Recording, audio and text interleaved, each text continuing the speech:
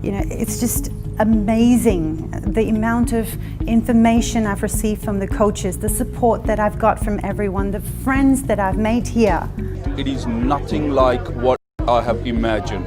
I was absolutely hopeless when we started the course, and the process that you go through is absolutely amazing. I learned how to structure for my training, my workshops, what I'll be doing from now on. Now, just to tell you, I was 14 years old and left school because I didn't want to speak in front of the class. I leave here today, overcoming that fear. It's given me my confidence back. It's enabled me to get back up on stage. And you're going to become more powerful, clearer in your message, on point, and you're going to feel like you're part of a tribe. You can't miss it. This is a total investment in you and your future. And if you are considering coming along, do not hesitate. The transformation from day to day truly is incredible.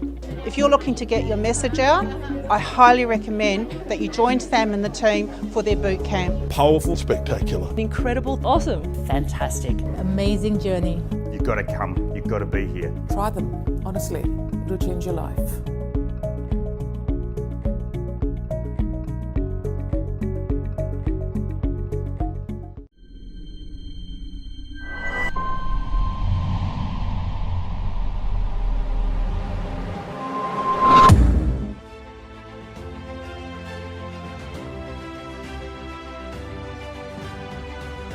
What if I told you that there is a place where you can dream big? A place where you can learn how to be an influencer. A place where you can collaborate with others. What if I told you that there is a group of people just like you? A group that's committed to make a positive impact.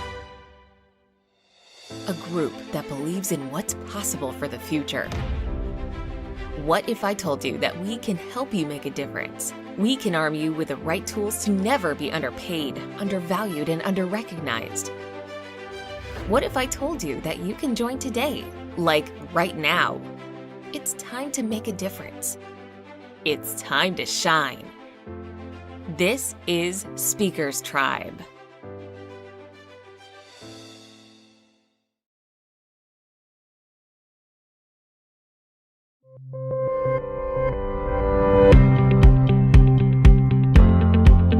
One thing that I want to acknowledge you about is investing in yourself and ultimately spending time in online education. If you can learn how you can influence more powerfully through video, if you can learn how to create like your online virtual product and even make money online right now, then I'd love to help you through that journey as well. To all the staff from Speakers Institute, you guys have been really supportive and really, really lovely and encouraging.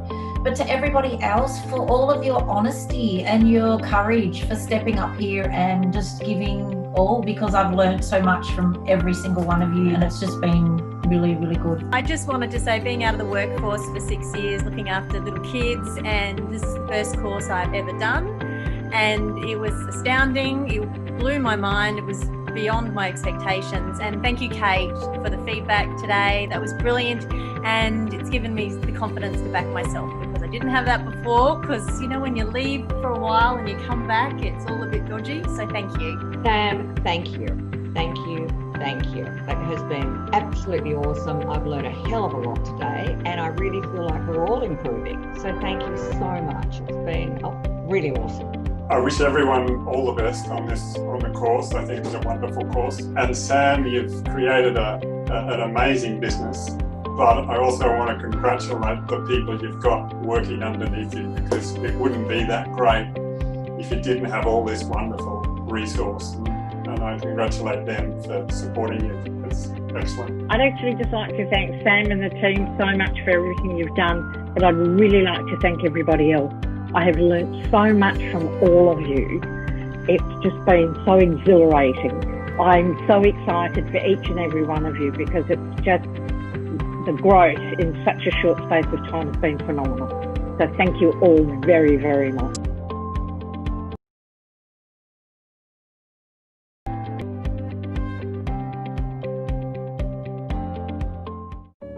The tribe that I see is a global tribe, a global family.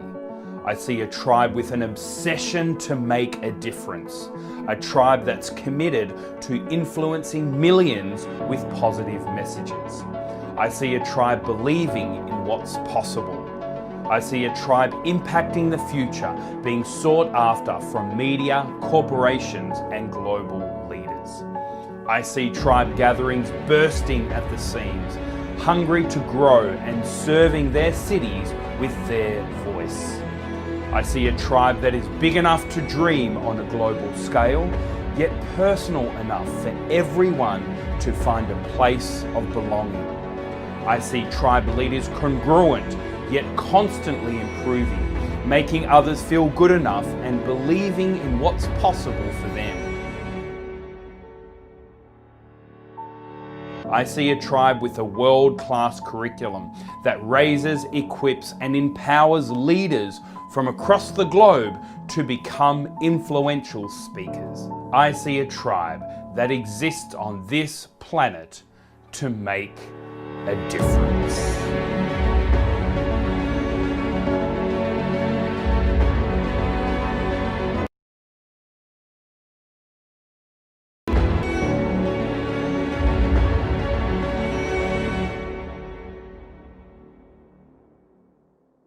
Welcome to Speakers TV, and I'm super excited because on today's Friday episode we have brought together some of the best speakers in the world. And not only that, if you're really struggling in your life, or maybe you're ready for a transition, or maybe you want to learn how to craft your story, or maybe you want to learn tangible takeaways to get on stage on TENx, or alternatively learn how to write a best-selling book, then you've tuned into the right episode, because we've put together some of the best speakers in the world to really help and coach you all throughout this episode. So please lean in where you can, and I know that for your life the best is yet to come.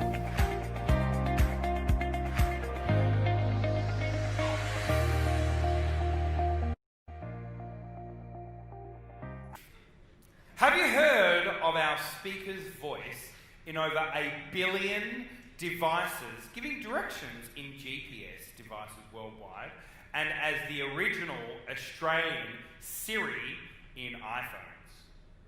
By the way, on a side note, I met Karen close to 9 years ago, and it was at a local event here. Actually, it was in Brisbane. And since then, Karen and I have been good friends. I've been over there to New York City, which is where she now lives, together with her rock star husband.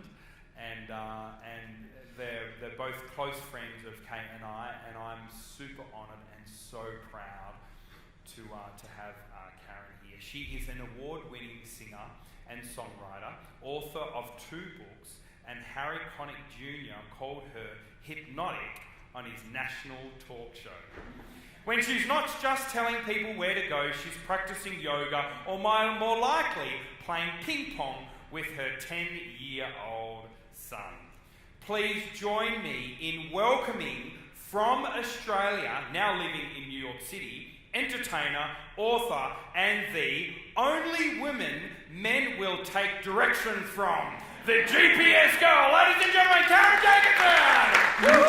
Try not to trip over the chairs at the next intersection. Turn left, a quick right, and toward the stage with the stairs ahead. And one last left, right, up, recalculating, and straight 1, 2, 3 stairs to the centre of the stage at the Speakers Institute, Speakers Tribe, Transcendence, I Am the One Conference. You have reached your destination. Yay! All right, now I have some directions for you. Are you ready? Yes. Please turn to the person next to you. Tell them how lucky they are to be sitting next to you this morning.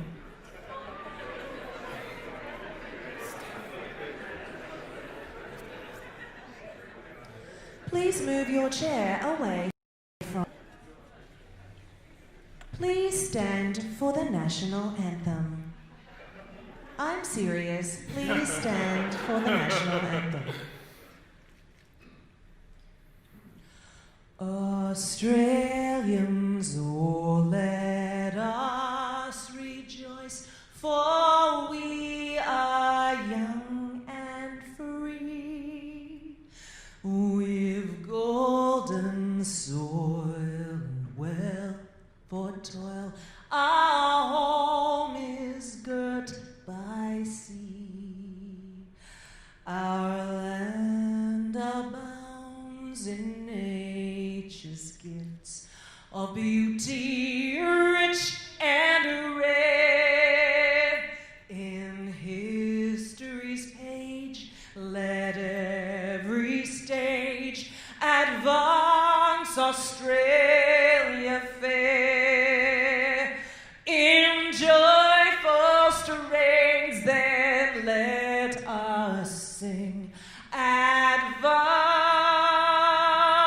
Australia fair.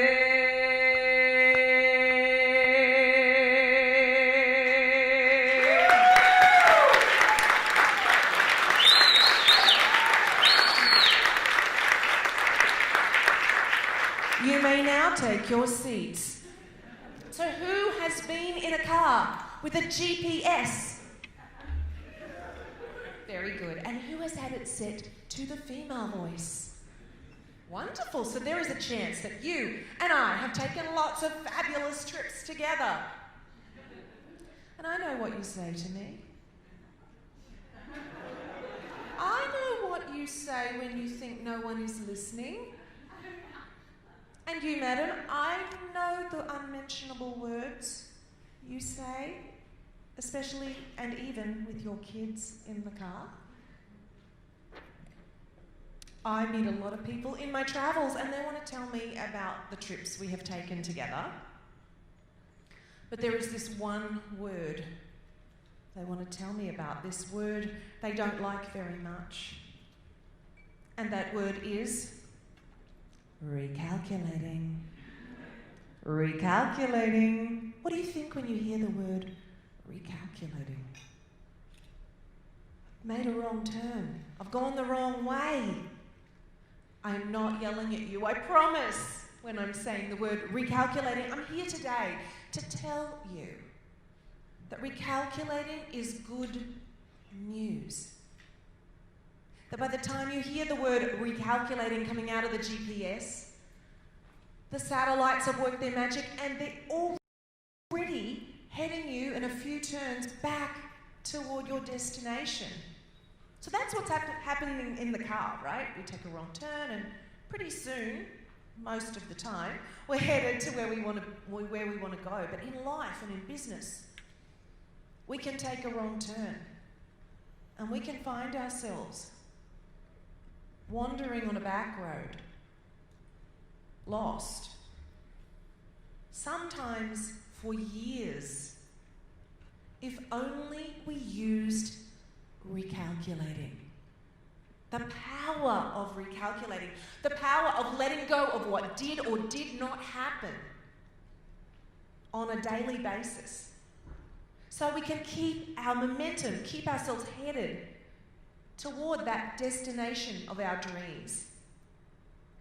There is so much I want to share with you today.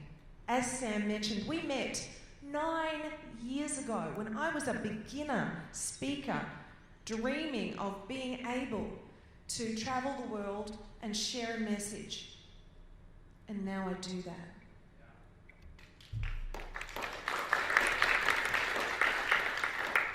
I want you to repeat after me in your very best GPS voice. That voice system, they wanted me to sound calm and consistent, and I think this is a great metaphor for everyday life. If we can stay calm and consistent, we can do anything. But right now, I want you to repeat after me. It is never too late to recalculate. If I can do it, you can do it. Recalculating. Very good. Oh, beautiful.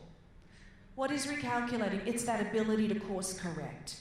It's that moment when things do not go the way you want them to go, when emotionally we might want to go down that downward spiral that can be very difficult to get out of again, and we interrupt ourselves and we make a choice. We make the choice to recalculate. So I'm going to take you right back to the beginning. I am from a town called Mackay. Where are my Mackay people? There are more Mackay people in the United States in my audiences than here today on the Gold Coast. Who's been to Mackay? Beautiful. So you know turquoise blue water and sugar white sand and 9 out of the 10 most poisonous snakes in the world. It's paradise. At the age of 7, I was sitting in our family living room watching the telly, and on came the most important and influential person in the entire world, Olivia Newton-John. Right? Thank you. And when I saw her, my life changed. I had direction. Here was this. I knew what I wanted to do with my life. I wanted to become a professional singer and move to America. It was crystal clear to me. He was this blonde Australian singer who'd gone over to the United States, and they embraced her and loved her, and I wanted to be just like her. Fast forward a few more years down the road, and I'm living in Sydney, and I had built a nice business for myself, an entertainment business, and you could not turn the radio or the TV on in the 1990s without hearing my speaking voice or my singing voice on commercials or jingles and in cinema ads, and when you called up all kinds of companies, my voice would be there, answering systems. I was performing 2 to 5 nights a week as a singer and songwriter and in piano bars and at events, and I was doing live television. But I was off route. The first direction for recalculating is to notice you are off route. Just to simply notice that things are not going the way you want them to go. So I noticed I was off route. I was doing what I set out to do. I was a professional singer. But I was in the wrong country. Because that dream that I'd had when I was a little girl wasn't just to become a professional singer, it was to do that and to move to America. And I'd stopped short. Notice you are off route. Let's try those beautiful GPS, calm and consistent voices again and repeat after me. Notice you are off route. Awesome. You can only begin to recalculate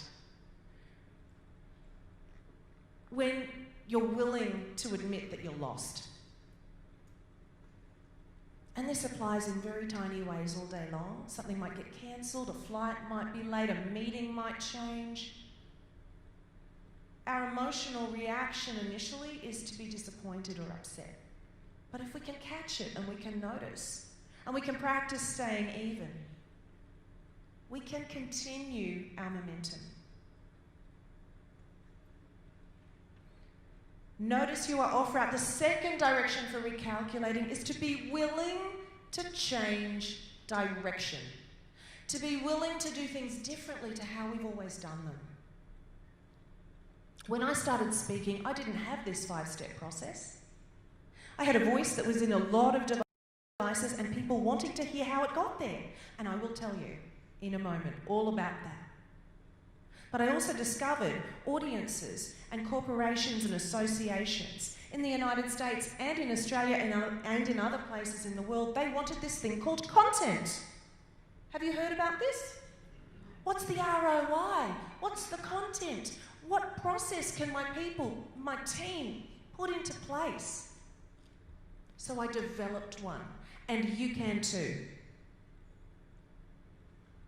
You might think, oh, Karen, but I don't have a process. I don't know what my content is. I just have a story, or I don't even know if my story's worth it. Your story is worth it. Every single person in this room has an incredibly powerful story, and guess what? It's yours, and you're the only one who can tell it. Back to my content. I created a 5-step process, which is a powerful set of tools for corporations. And guess what corporations are filled with? People. Human beings. Just like us. Be willing to change direction. Be willing to do things differently to how you've always done them. Now, has anybody here had anything to do with toddlers or small children at any point? Okay, excellent. You would then know very well, if you try to get them to do something they do not want to do, how does that go? Doesn't, does it? It's messy. It doesn't work. Because they're not willing. You cannot make them. And I'm going to say that I believe adults are not that different. You cannot make somebody do something they don't want to do, including ourselves. Be willing to change direction. So I'm in Sydney. I realise I'm in the wrong country. I make the decision, I'm going to move to America. And I start to tell everybody I know, I'm moving to America. And they start to say things to me like, well, what do you want to do that for? You've got a really good career here. Why would you leave all this and go to America? My inner GPS, my inner sense of self, I mean, it was clear to me. It was screaming at me and had been since I was 7 years old that that was where I was supposed to go. But I had this one problem. You see, ever since I was a little girl, back in Mackay, anytime there was a performance of some kind, I would have chronic anxiety. I would have extreme abdominal back pains, so bad that I would be at home from school for up to a week at a time. And if there was a singing contest, if there were an Eisteddfod, a piano exam, or the school musical coming up, it would be that intense. And it was very confusing because I loved music and I loved I felt born to be on the stage, but my body was sending me these very confusing signals. And they would send me to the doctor for a round of tests every time, and I'd go for the latest round of tests, and afterward the doctor would come out to my parents and say, oh, Mr. and Mrs. Jacobsen, there's absolutely nothing wrong with your daughter. It's just nerves. These nerves were pretty powerful. And here I was at the age of 31, getting ready to move to big, bad New York City. And I developed some tools and strategies over time to handle my nerves. But they still had me. I didn't have it. Does that make sense? And around that time, I was studying with one of Australia's most exceptional singers, Kerry Bedell. And I learned the value of 50 rehearsals equaled the value of one performance. So practicing something 50 times had the same value as doing it for real once. So I came up with this plan. I moved to New York and then I thought, okay, what I need to do is get on stage as much as I possibly can, and I recommend you get in front of people as much as you possibly can, because it has such a powerful effect to do it for real. There's nothing like it, right? You've spoken in front of a few people. You've felt the adrenaline rush. That's a practice. That's something you can get better and better at and better at handling. So when I first moved to New York, I got on stage any opportunity I could, for money, for no money, as a guest on somebody else's concert. Concerts in my own right. So I could reduce the lag time between when I knew I would be on stage and when I was actually on stage. Because I figured that way I would not have much time to get nervous. If I was always on stage, I would just be I'd be performance ready. If you're writing things down, you might want to write down those two words. Being performance ready.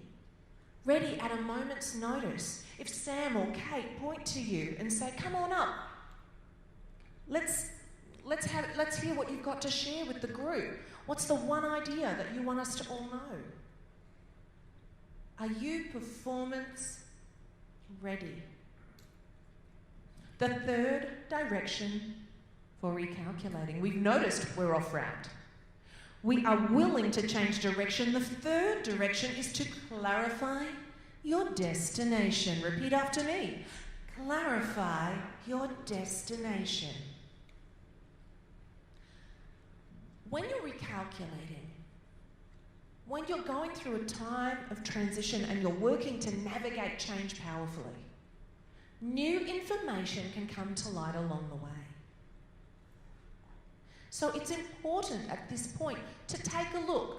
Am I headed where I thought I was headed? Or has this new information changed my destination? Am I simply on a detour to the same place? Or am I headed somewhere else altogether? So I moved to New York City, and a client contacted me, and they were looking for a native Australian female voiceover artist living in the northeast of the United States. And I read that brief and I'm like, this is a description of me. This job is mine. And I went to the audition. And they had me say a few phrases. Now, for an extra spook factor, you could close your eyes. At the next intersection, turn left. And things like, you have reached your destination. And everybody's favourite, recalculating. You may open your eyes. So I recorded these phrases and they said, that's great. We want to hire you for a voice system we're recording. It's a text-to-speech voice system. And we need you to record for 50 hours to create this voice system. But we do not want you to record more than 4 hours at a time, so your voice doesn't sound fatigued or tired in any way. So they took me up to Ithaca, a town in northern New York State, and they put me in a hotel. And the first day I went along and we recorded for 4 hours, and it was like a phone book of script. Now a phone book is this book they used to print, and it would have all the phone numbers of the businesses in the area. So it was a massive, massive script. And after 4 hours, I went off to lunch and back to my hotel room where I rested my voice and read for the rest of the day. And this continued for 3 weeks. Now at the end of that time, I went back to my life as a singer and songwriter in New York City. And I'm there in New York. One day, I get a phone call 2 years later. And my friend Nadia called me. She said, Karen, it's Nadia. You know, my husband and I were in Maine for Christmas, and we're on our way back to New York. And I bought my husband one of those new GPS thingos for Christmas. And he said, why don't we put it on the Australian voice? So we put it on the Australian voice, and oh my God, Karen, it's you. It's your voice in the GPS. And I turned to my husband and I said, oh no, I bought you Karen Jacobsen for Christmas. And that is how I found out that my speaking voice has ended up in ultimately over 1 billion GPS devices, smartphones, elevators, cruise ships, software applications, all the way around the world, telling people where to go and what to do while I'm here with you right now.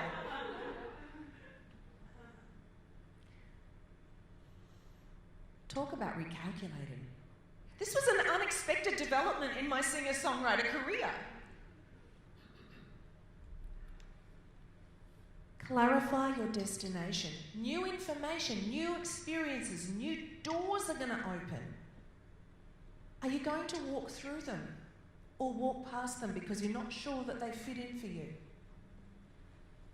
When your inner GPS signals to you that something is a match, listen to it. It will never steer you wrong. Clarify your destination. I could never have imagined what could come of one voiceover job, but I did something with it. I was an active participant. I started to meet people who were very excited that my voice was with them all the time. They would talk to me as if we were very close friends, that like they really knew me. And it was such a strong reaction I got from people. I knew there was something to be created. And ultimately I realised it was a brand to create.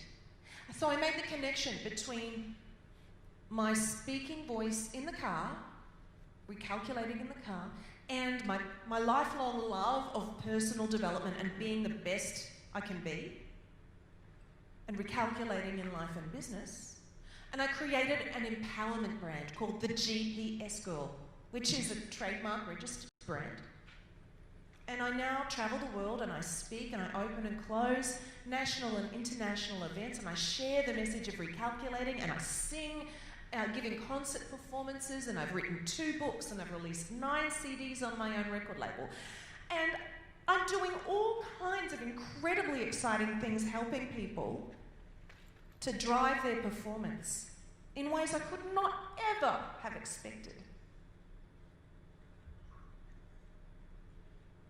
It's incredible what happens when we start to listen to that inner GPS, when we start to allow ourselves to believe, moment by moment, that we are the one.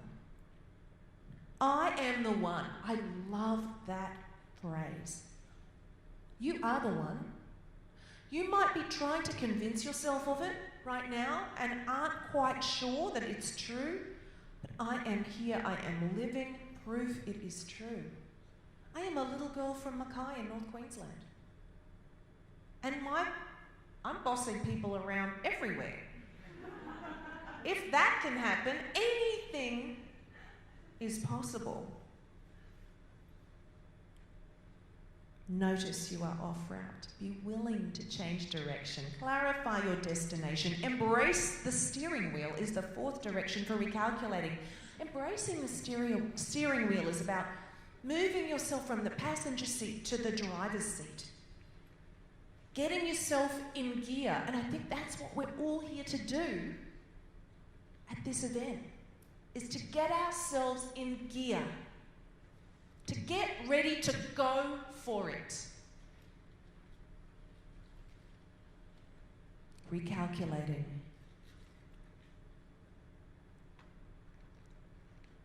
In 2004, I married the love of my life. But he came with a very unhappy ex-wife. Now, they were divorced, but financially, they weren't completely, totally, absolutely, exactly divorced. And as we started to untangle this situation, it led to a lot of legal time and ultimately legal bills. And this continued for 5 years. Now, I was a singer-songwriter. living in a very expensive city, New York City. My husband is also in the entertainment business. And the legal bills kept on coming, and we had trouble keeping up, and we started to incur a little tiny bit of credit card debt. And I don't know if you've had this experience, but sometimes when you incur a little tiny bit of credit card debt, it can become a lot bigger kind of credit card debt. And then we inherited a big bunch of credit card debt that belonged to somebody else's marriage. And we were in over our heads. We started to live beyond our means. Now, we knew we needed to recalculate. And we did come up with a good plan. We came into a small amount of money, not enough money to pay off the credit card debt, but enough to make a down payment on buying a property. So we thought, here's the plan. We'll buy the apartment, we'll close on the apartment, and then we will refinance the apartment a month later and put all of that credit card debt, that 30% interest rate credit card debt, down into our 8% mortgage. It was a really good plan. Except we closed on our apartment on August 28th, 2007. And a month later, I called our mortgage guy, Tim. I said, Tim, it's Karen, and I'm ready to refinance our mortgage and put all our credit card debt into our 8% mortgage. And Tim said, oh, Karen, I'm sorry, but the laws have all changed. And those subprime mortgages, those mortgages that they were giving to people who didn't have the paperwork to prove if they could make the payments, because they probably didn't have the paperwork to prove they could actually make the payments, they're not allowed anymore. They've stopped. I'm sorry. And we were really stuck, because by this time I was 6 months pregnant with our son. And being in the entertainment business, our work had started to dry up. And we hit rock bottom. We were living in a beautiful new apartment, and we didn't have the money for groceries. It was a ludicrous situation. Now, we had known for quite some time that we needed to recalculate in a big way. We'd noticed we were off route. We were willing to change direction. We were willing to do whatever it takes, whatever it would take. And to clarify our destination for us, it was financial freedom. It was really clear. We embraced the steering wheel. We got ourselves ready to get in gear to go for it. And the fifth and final direction for recalculating is to accelerate, to take action. Ideas are amazing. Action is where it's at. So here is what we did. I contacted a real estate agent to find a tenant to put into our beautiful new home we did not want to leave, so that we could bring in some money right away. I got on the phone with the airline and I booked frequent flyer mile tickets to fly from New York back to Queensland, where we moved in with my parents for a whole year to get back on our feet. How embarrassing. A grown woman and her husband and her baby son moving in with my parents.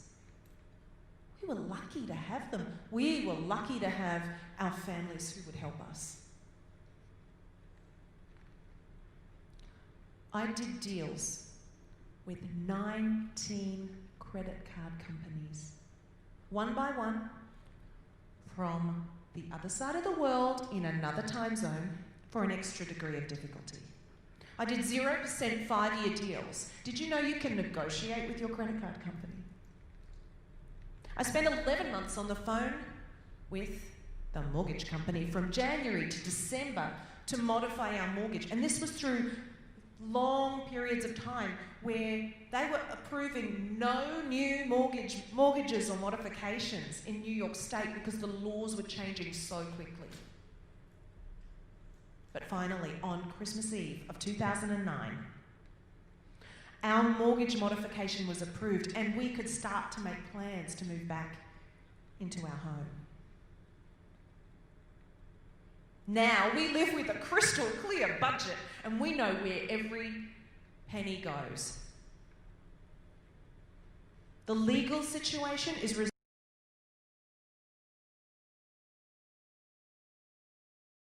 once of two. We made our final repayment on our almost $90,000 worth of credit card debt. And I stand before you, credit card debt free. It is never too late to recalculate. It is never too late to go for what you want. It doesn't matter how dire the situation might be. There is always a step you can take in the direction of what you want. You are here because you are the one.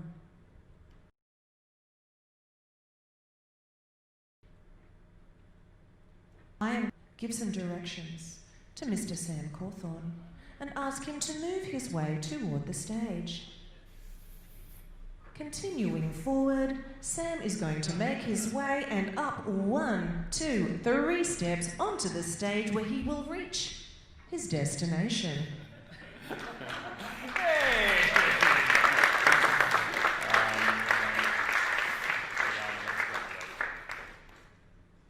Oh, wow. Hey, Karen, you are amazing. Come on, let's do another round. Hey!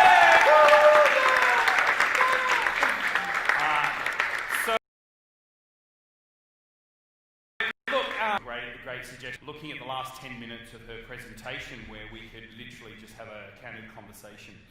So Karen, extraordinary, and thank you first of all so much for these beautiful stories, such pure authenticity and vulnerability.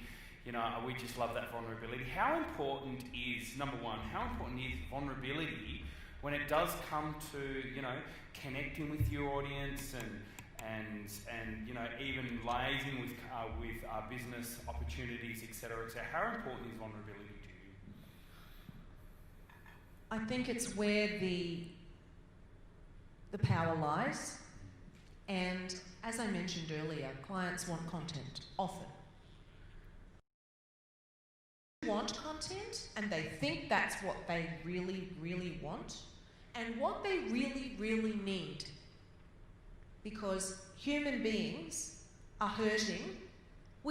Everybody in this room will have a story. It won't be my story, but we've all been through something. If we're not in the thick of it right now, in a pretty bad place, we've been in one, or we will be one day. And I will go in, I will share my 5 directions for recalculating, but I am an open book, and clearly that's a very personal story and situation that I share, which I had to go through and get complete with before I shared it, to be able to not be up here super embarrassed or crying or like mortified. I'm not any of those things. I own the mistakes we made, and I think that's a very big piece, to be willing to own whatever your part was in something not going well. Yeah. And there's no guilt or shame that we carry with that either. No, I do think there is I think others might think, oh my God, how embarrassing, how could you share that? But that's not about me. Yep. That's someone else's perspective. Yeah, exactly right. Karen, the way that I view your world is you've made it big here in Australia, you've gone over the USA, you've made it big there, you've even sung the American national anthem at one of the Super Bowls, I believe, as well. At a lot of major sporting events, including 80,000 people at a Jets game at Giants Stadium. 80,000 people, OMG! It's a lot bigger than my stage. Yeah, but my favourite is Suncorp Stadium, which I've done twice at 52,000, and that's amazing. That is just phenomenal. And for you know, these international stadiums, you came directly from New Zealand, you're here, then you go and see family, then back through to New York.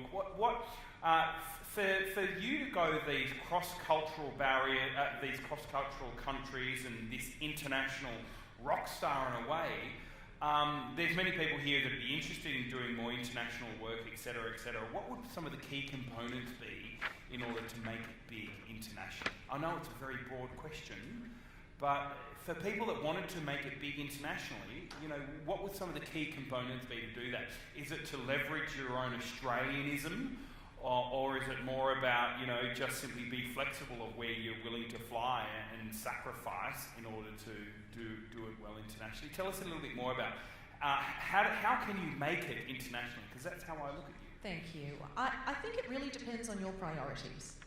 For me, I have a message to share. I love to be with people, talking with them, working with them on making plans for a life they love. That really excites me. So I want to do that in a lot of places. I'm super passionate about travel. So for me, I want to speak and sing to the most influential audiences in the world, all over the place. So I am looking for those opportunities and I am creating them. So to answer your question, what I recommend is really get in front of a group of people at any time. Find opportunities, and this might seem really basic, but you might be at a family gathering and your family might not be the kind of family where anybody gets up and says a few words, but you can do that. It's somebody's birthday, it's somebody's special celebration, and you can go ting, ting, ting, ting, ting, and just say, you know, I know we don't usually do this very much, but this is a really special day. And I would just love to go around the room and have everyone just share one word that they think about Sam. Or I just wanted to tell a story about when I first, you know, this is your opportunity to create those moments. And that creates something special for the people you're around, whether it's your family in a simple situation like that, at a school opportunity, somewhere where it would really elevate the experience for everybody if you're the one. If you are being the one to then stand up and connect everybody together. And with somebody's team, you will know people and they will have a sales team or an office or a small business. It doesn't matter how tiny. Get in front of groups of people as much as you can. How to leverage that then internationally, the more strong you become about your message and the outcomes you provide for others. That is something to write down. You want to look at the outcomes. I'm sure Sam is speaking about that left and right. And then I have built my entire business ground up from people I know. Write a list of 100 people you know. If you want to speak in Singapore or New York or Sweden, write down all the people you know right now, anywhere. And then you will start to connect the dots and something will pop up and you'll be like, oh, I have a friend who works for XYZ company and they have an office in Sweden and maybe I can ask them. And maybe I'll go there and maybe I'll be able to start to build the opportunity to speak in different places. Is that helpful? Yeah, look, absolutely. Look, without a doubt. And then, look, also on top of that, when it does come to, you know, being bold in those moments where you got up here on stage and you were singing a song, and those times where you are at dinner parties, etc., what do you do to build that boldness, to break the ice with people that you've just met, to push through those nerves that we sometimes get before we're about to sing or perform or speak? You know, like, I can't, to be quite honest, not even I can't even fathom 80,000 people and the nerves that you would have had to calm yourself in order to perform in front of that amount of people. Well, like, give us some of your secret ingredients. How do you calm those nerves to still perform extraordinary? Okay, so here's one of my biggest tools that I use. If I am so nervous I can barely breathe, I notice that my focus is in the wrong place. Where is your focus when you are about to do this? Be on the people you are going to sing or speak to. Now, I'm here so that you have a certain experience. I'm not here so I can wear my fantastic dress. And it looks amazing, by the way. Give her a hand. And have my hair look good and just hang out with my buddy Sam, who I haven't seen in ages. I'm here to leave you with something of value for your business and your future and the difference and impact you want to make. That's why I'm here. So I actually feel really super calm because I'm very clear about my focus. Walking out into a stadium, I'll use the State of Origin example I did 18 months ago at Suncorp Stadium. Packed crowd, 52,000 people. I brought it home for Queensland. Okay? Go the Blues.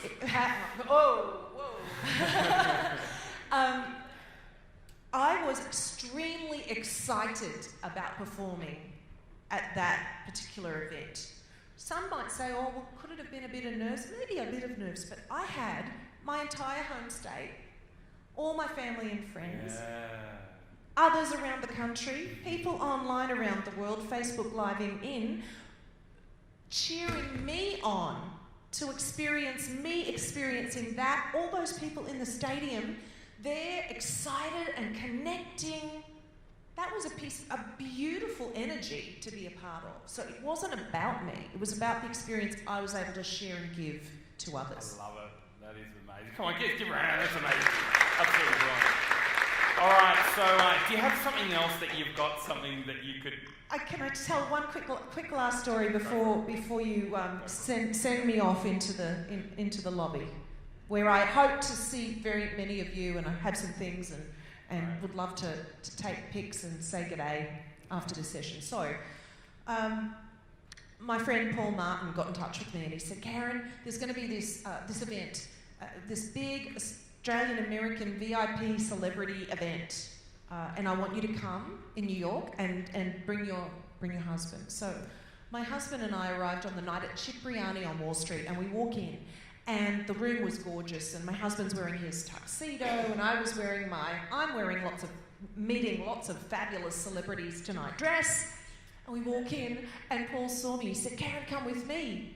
And he heralds me across the room to the other end, and there's this big swarm of people with someone important in the middle, and he's pushing me through these people. And there I am, standing face to face with the most important and influential person in the entire world. Olivia Newton-John. And I got to meet her, and I started to gush, and I said, I just want to thank you for the impact you've had on my life. Every major decision I've ever made, from where I go to what I do, I just want to thank you. And she said, oh, that's such a lovely thing to say. What's your name? And I said, Karen Jacobsen. And she said, and I kid you not, you're Karen Jacobsen? I love your CD. And in that moment, I just knew that I was okay. That maybe I had reached my destination. And that maybe I was enough.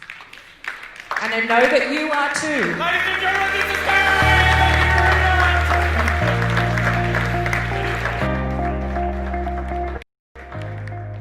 Sam Cawthorn here, CEO and founder of Speakers Institute. If you give me 60 seconds of your time, I'll show you how to set up an online webinar in 48 hours while growing your authentic followers to tens of thousands, and then teach you how to package your IP so they buy your programs online using what we call influence on video. What this means is you talk to camera, share your value, and then stack your offerings and create urgency in a way that makes it so irresistible that they click the button and purchase your high ticket sale. Talk with any of our clients globally, and I promise you will not find anyone that does what we do. All you have to do is to create an online event, share your ideas, and then stack your offerings just like this. And here's the big secret. Everyone is online right now searching for people just like you to help them learn things that you already know. There are people doing it right now, but they probably don't know as much as you. So right now is your chance to learn how to sell online, and my influence on video formula is easy to use and foolproof for anyone to master.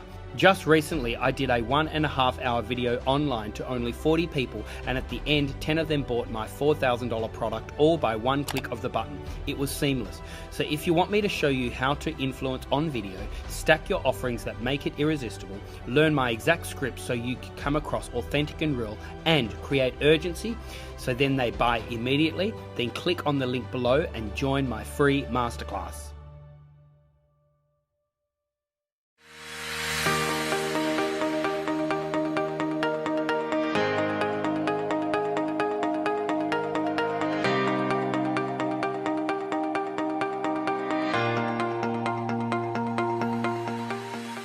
To firstly acknowledge you, Sam. Thank you so much for instituting the Speakers Institute and all of the lovely people who've attended today. I think they've done an absolutely wonderful job. I think all of their stories are worthy of stage presence.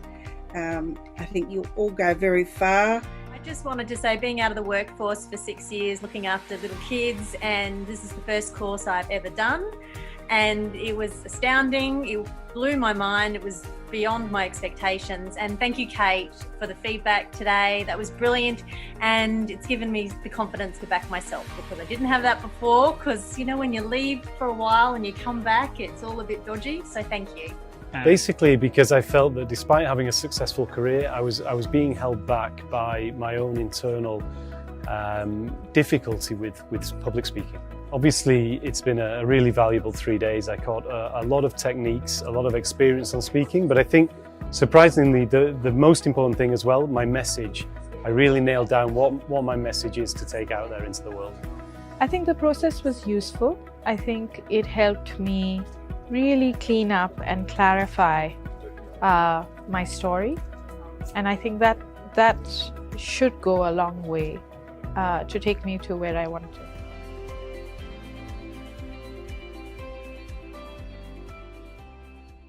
What is the secret code of abundance? Why I joined this bootcamp is because I hope to be a confident, inspirational speaker one day. I wonder why the rich always get richer while the poor always get poorer. What I love about bootcamp is really inspiring, very caring. You really see that everyone has been transformed. The takeaway is all the, the sharing and the feedback from Sam, from our classmates, and also the techniques that we learn, and really get out of the comfort zone and come out with something quick and fast. You've actually now really found a message that the world does need to hear. My encouragement to you is that you are good enough. Thank you. And you are worthy to deliver this. No one else should be delivering this other than you. You're going to start a movement. You'll be recognised, and you are a leader that is worth following. I believe in you. We believe in you. Well done.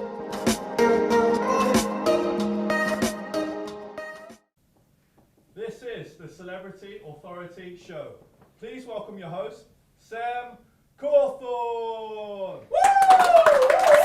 So guys, welcome to another awesome show here at Celebrity Authority Show. I'm super excited today because we have Gayle Smerdon here. Gayle, thank you so much for joining us. Always a pleasure to talk to you, Sam. So Gayle, one thing I love about you is you have this real obsession to fix workplaces.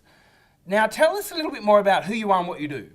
Well, you're right. I do like to fix workplaces, but I sort of like them to fix themselves, really. I just come in and help. My name's Gayle Smerdon. I'm a PhD in sociology. I'm really interested at the moment in workplace incivility. Incivility, what do you mean by that? Okay, so if you think about the workplace and whether or not people are coming along and enjoying what they do at work, you have people who are engaged and enjoy what they do. At the other end of the spectrum, you have people who are being bullied and harassed and discriminated against. But just before you get to that point, there's rudeness and incivility at work, which can lead into bullying. So if you want to stop workplace bullying, then you need to catch it early. And that's one of the things that I like to look at, and there's a lot of research in this area at the moment. Isn't it interesting? Because first of all, most people sort of think of bullying in the school playground. We look at schools and how they bully, but it happens in the workplaces, and it happens heaps. Is that right? All the time, yeah. There's a lot of investment by organisations in just uncovering workplace bullying and remedying it, because it costs businesses, but more importantly, it impacts people. So you want to go to work and have a great experience at work. So tell me something, why do people bully? Like, is it for a power trip? Is it because I want to put people down, or is it because they're stressed or have got some level of anxiety, or they've got something wrong at home? Well, why do people, those bulliers, why do they bully? Or maybe they don't even know that they bully. Yeah, well, I think all of those things, Sam. Yeah. We can sort of pick on any of those. There's lots of reasons why it's happening, and it's not always just to do with the person and their particular psychology or their fears, but it's usually fear-based. Something's going on with them. It can also be quite structural. So you really need to look at what's going on with people, but also what are the structures that we put in place to support people at work, and do those support bullying? Are we promoting people who are exhibiting bad behaviours, or are we really saying, no, you've got to speak up and stop bullying in the workplace? So it's structural as well as individual. Okay. And Gayle, tell me a little bit more about why you so interested in this. Like, tell us more about your story and what place of now trying to understand how we can combat and prevent this happening. Well, it's sort of a funny story, I suppose. The aha moment when I thought, this is really something I have to do something about.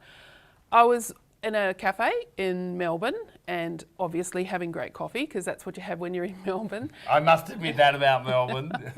Go on. And I was sitting at a table, and I was waiting for my friend to turn up. And on either side of the little bench, people, there were two people, and they were sort of just eavesdropping a little bit. And I realised that they were both talking about the fact that they were having really poor workplace experiences. You know, one had a manager who was promoted above their abilities, and the other one was talking about a really hostile co-worker.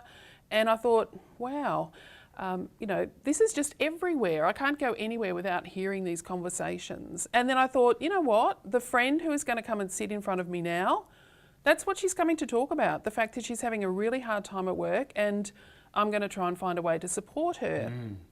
And then I thought about, okay, this is actually something that's happened to me as well on several occasions. And where you've had is it normally a boss or a co-worker? Or? In this instance, it was a boss a little bit higher up the chain, and she was, a psychopath. And explain to me what's like for me. As soon as I think of a psychopath, I think of those people like in a place of psychiatric mental health. No, there's a lot of discussion around corporate psychopaths and how some of the things that we promote in our organisations are actually psychopathic behaviours. So it's not like a serial killer type psychopathic behaviour? They can appear very very lovely and warm and charming and nice when they want to, but then they will flip.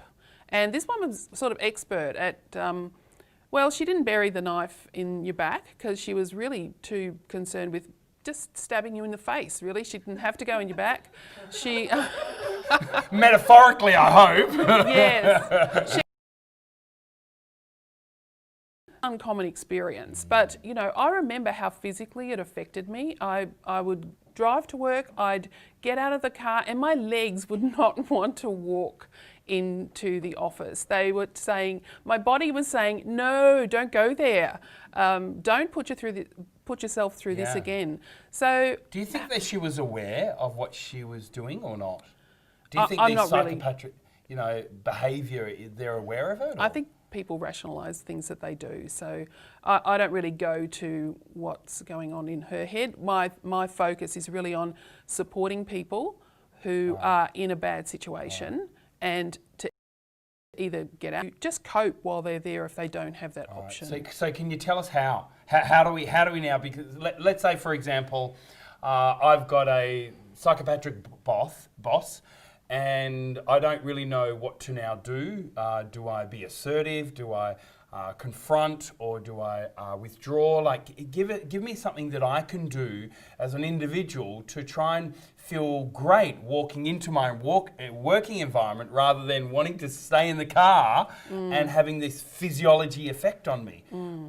What do I do, and what did you do? Okay, well, at the end of the day, sometimes you just have to get out. You can't always do that straight away. You just, financially and for lots of reasons, you can't always do that.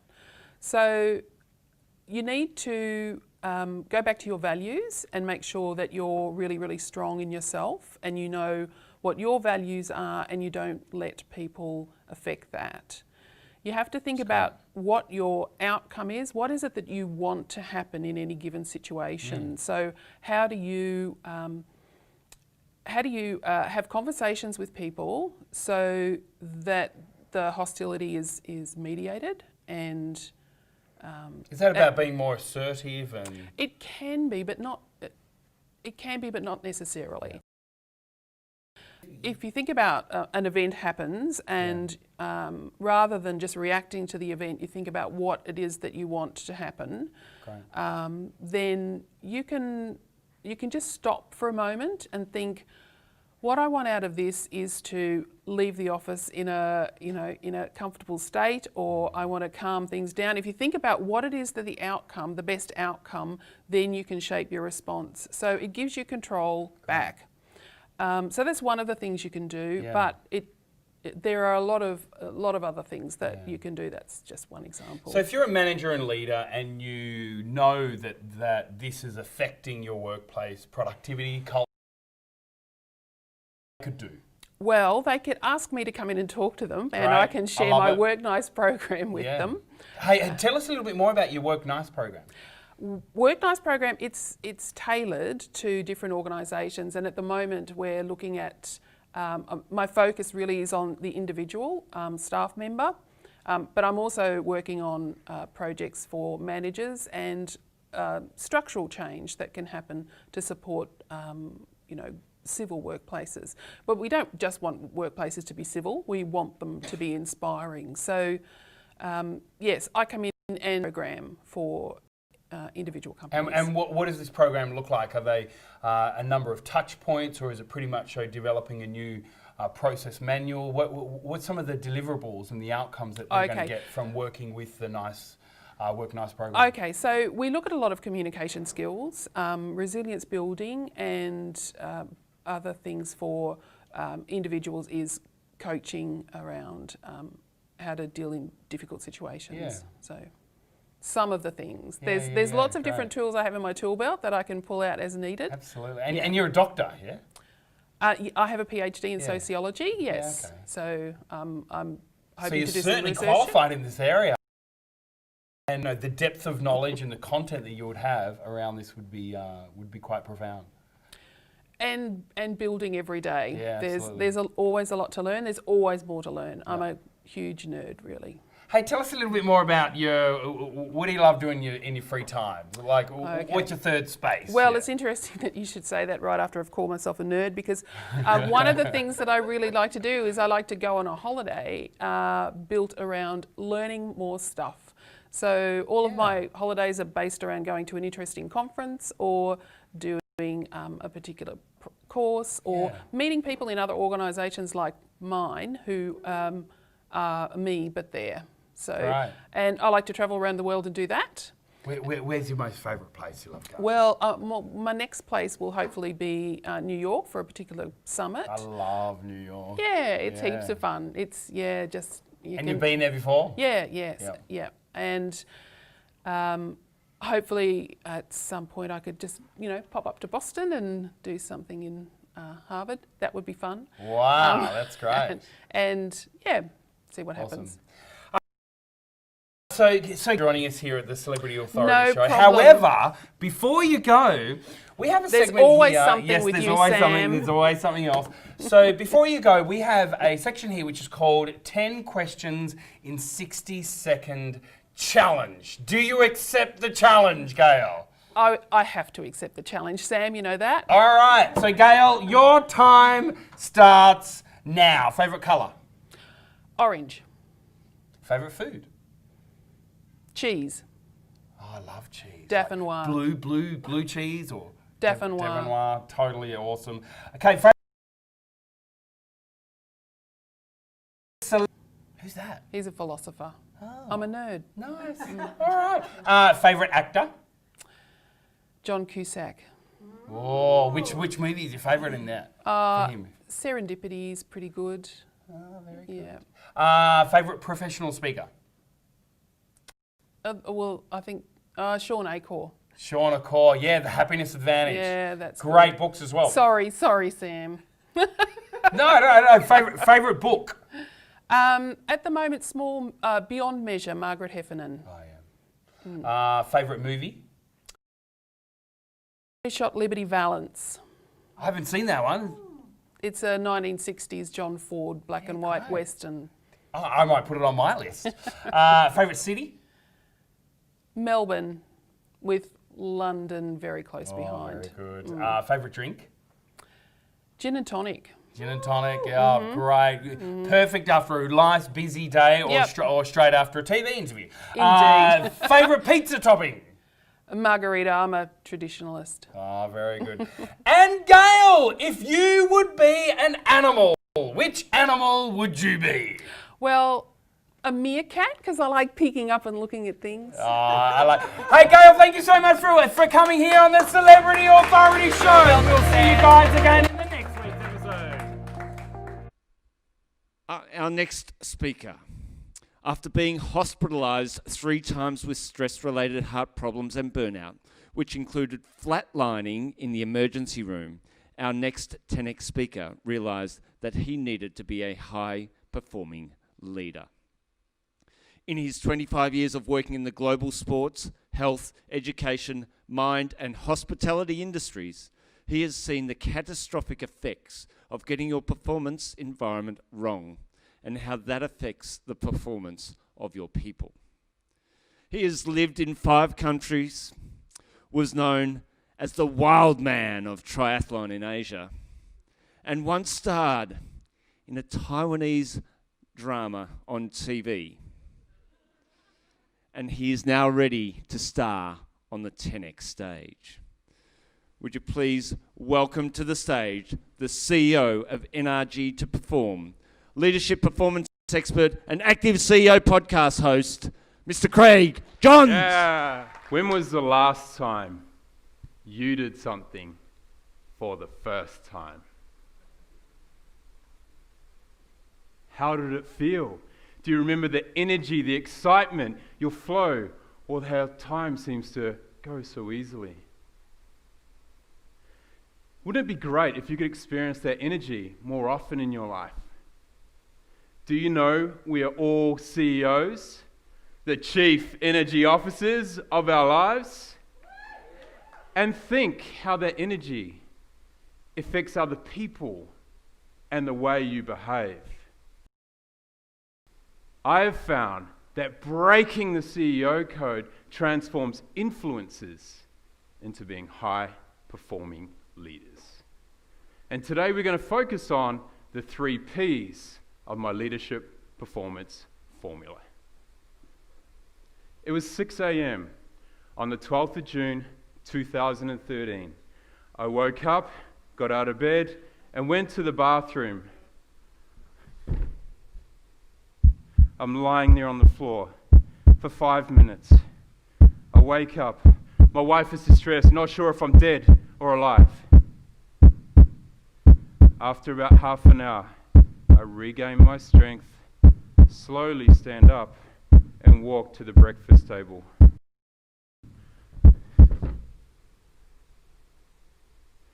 Ambulance, emergency room, doctors, defib paddles, heart rate going above 240 beats a minute, and like a roller coaster, it's 30. Wife is freaking out. Doctor's concerned. Flatline.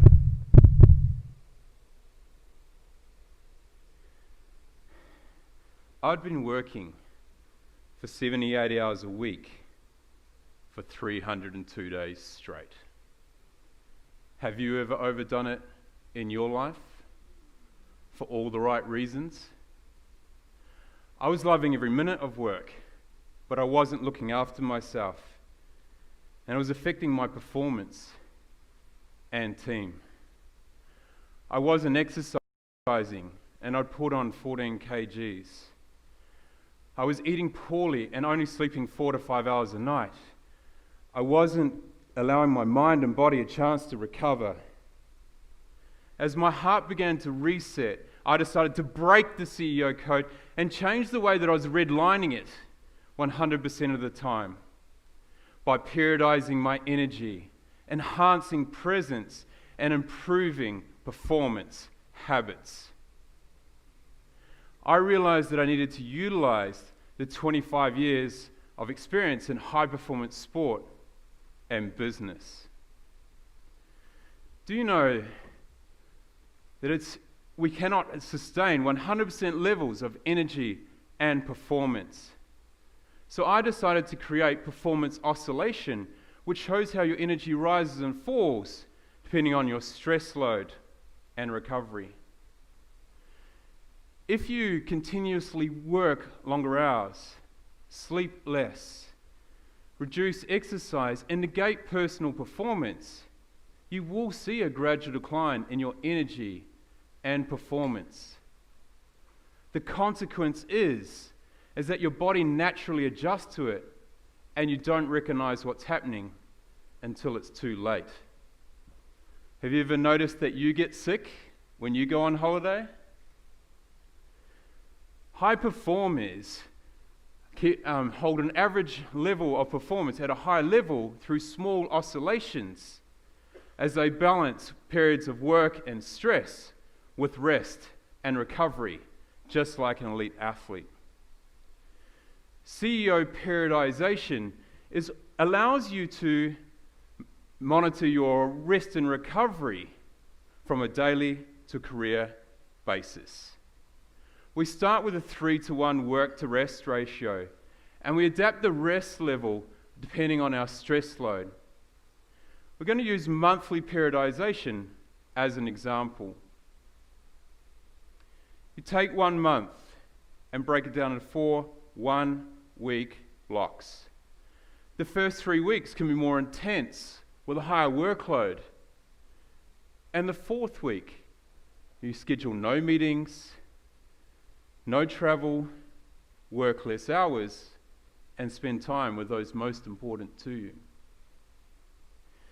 To determine your CEO periodization number in the leadership performance formula, you take the average performance on your performance oscillation graph, called the energy bar, on a scale of 1 to 10. CEO presence, the second P of the leadership performance formula, is all about how you show up and turn it up.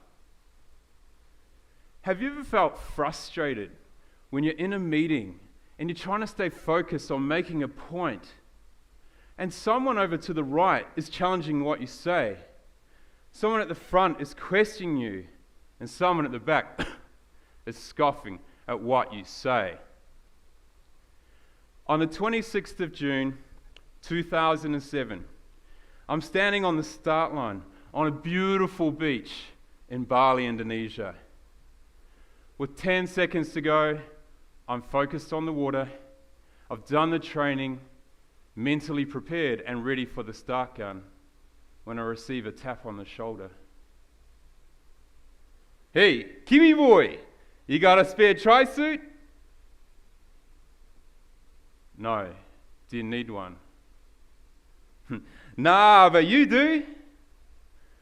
With 7 seconds to go, I slide my hands down my back and notice a split in my tri-suit from my lower back right down my butt crack.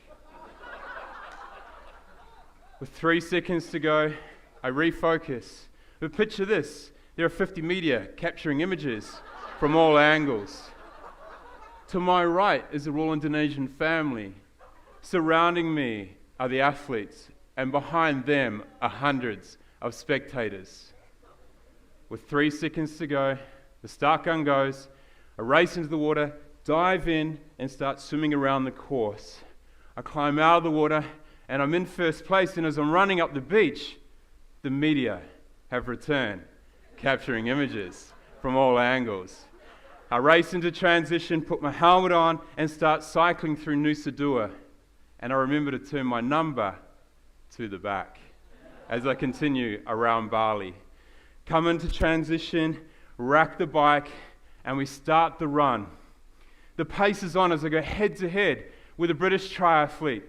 We're sprinting towards the finish line, and he pips me. As we celebrate across the line, the media in front of us, spectators either side, and a lady calls out, "Can I have your number, please?"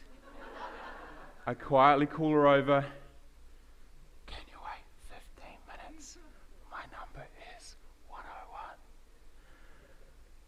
Fast forward 4 weeks later, and I receive a package in the mail. And inside is a magazine. And to my surprise, on the front cover is a picture of me from that race in Bali. Phew, it's from the front. I reflected on that moment and realized that how easily could have that distracted me. To determine your CEO presence number in the leadership performance formula, it's all about you focus on what you can focus, around how you can hold attention and how you can raise your energy on a scale of 1 to 10. Humans are creatures of habit and require boundaries in their life. CEO performance is all about adding high performance habits while reducing the unwanted contamination and negative influences in our life. How would you control the energy in the room, the health that you are receiving, the curiously way you grow, the way you enhance your proximity and positively influence others? High-performing leaders are able to remove the negative distractions and negative habits in their life so they can execute energetically with confidence and certainty. To determine your CEO performance number in the leadership performance formula, you add your number of performance habits and subtract your negative ones. You now have the leadership performance formula: CEO periodization plus presence rating plus number of performance habits equals your leadership performance level. You are now ready to be a high-performing leader. Breaking the CEO code where the ordinary don't belong. Thank you. Craig Johns, everybody.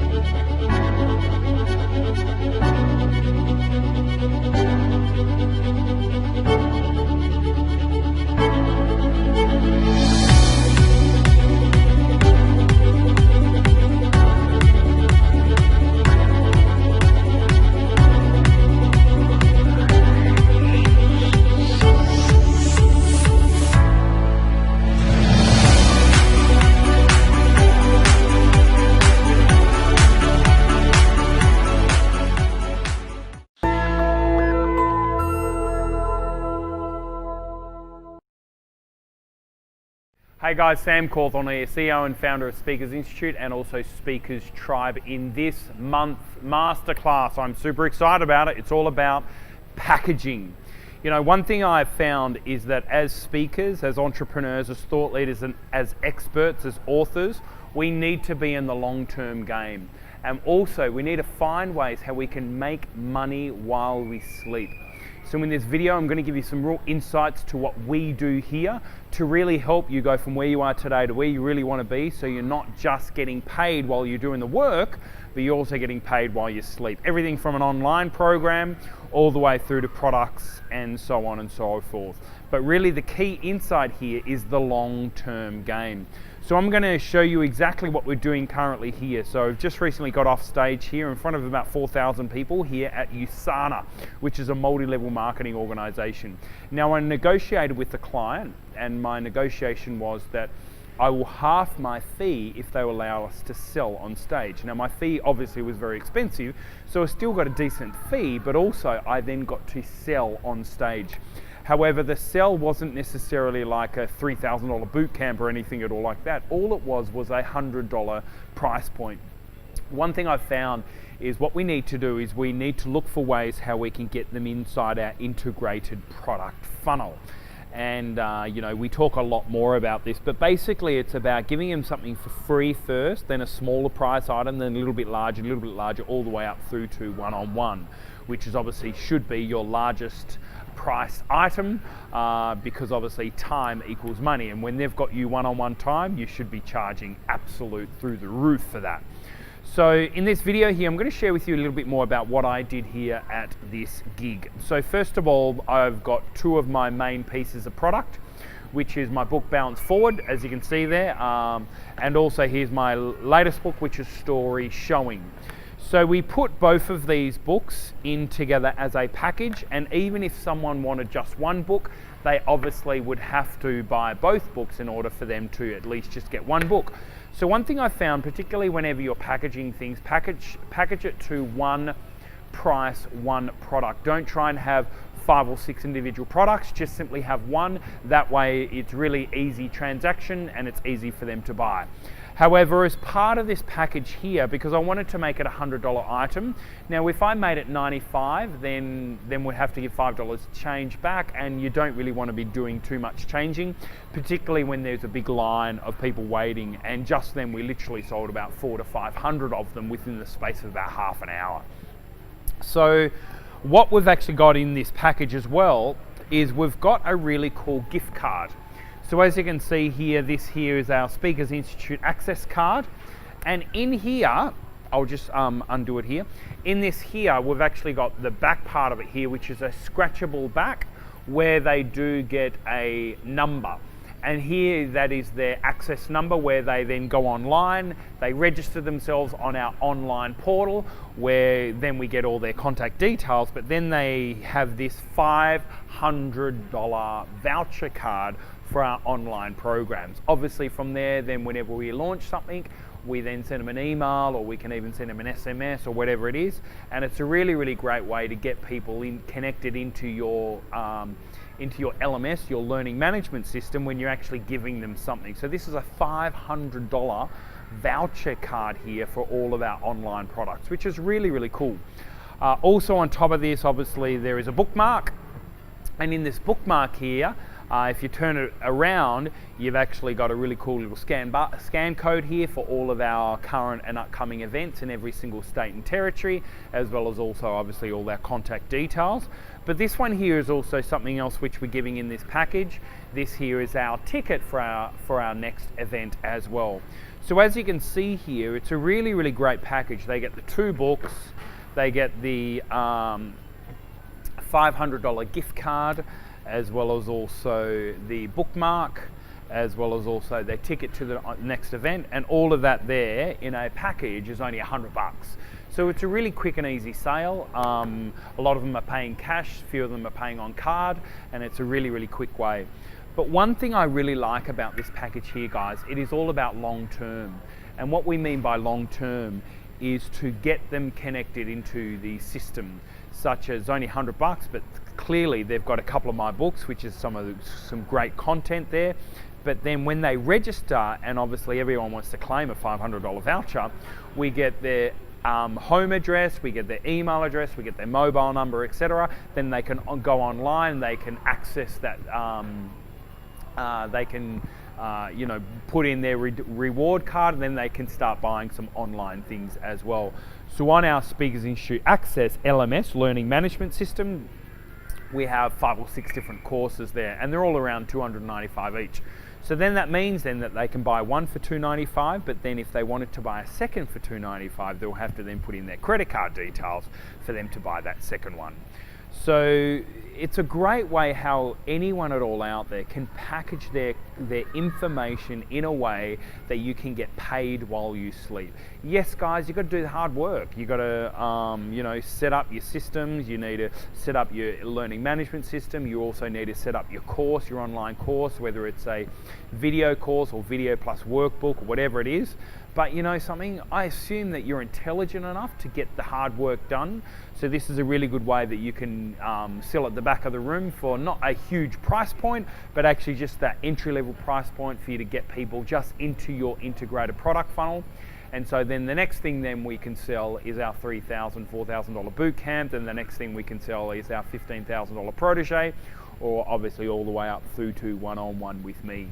So guys, I really hope that this video has really added value to you guys as our tribe members, and really looking forward to seeing many of you at our Speakers Tribe Conference. If you haven't registered yet, make sure you do, speakerstribeconference.com. And always remember, the best is yet to come. See you guys soon.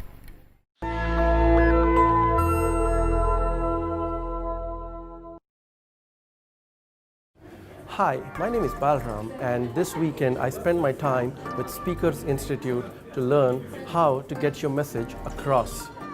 A simple message is a powerful message. Ladies and gentlemen, join me in my journey as I take you on a journey to make your messages remembered, to make your messages relevant, to make your messages more human by accepting human-centered messaging. On technology, this is an important skill to have to get your message across other humans and connect with humans, because at the end of the day, people buy people. So get your idea out there. I would highly recommend Speakers Institute. Hey guys, thank you so much for tuning in for today's episode here at Speakers TV. My name is Sam Cawthorn, and we are super excited about Speakers TV and about these episodes that we bring to you every single weekday, as well as also on every single Saturday. Guys, we'd love to hear from you. If you've got any feedback at all for us, or maybe you want to comment right now in the chat bar about what was your biggest takeaway from today's session. But also not only that, why don't you join us? So here at Speakers Institute, we do have a number of programs such as our online boot camps or our protege program.